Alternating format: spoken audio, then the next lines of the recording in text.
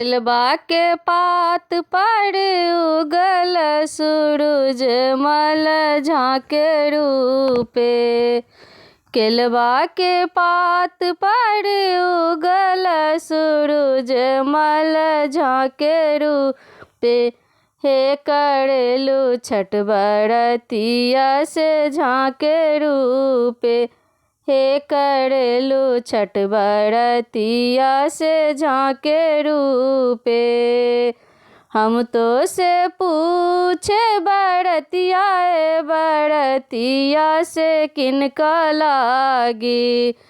हम तो से पूछे बरतिया बरतिया से किनका लागी।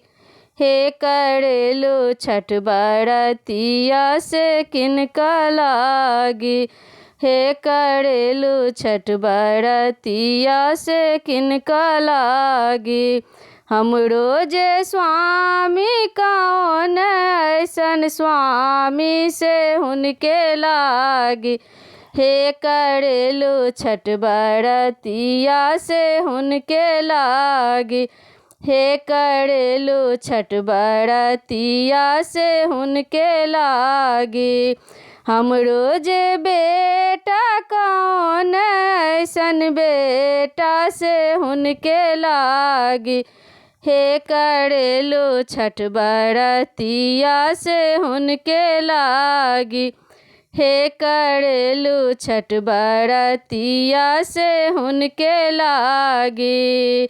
हमरो जे बेटी कौन ऐसन बेटी से हुनके लागी। हमरो जे बेटी कौन ऐसन बेटी से हुनके लागी। हे करेलू छठ बरतिया से हुनके लागी।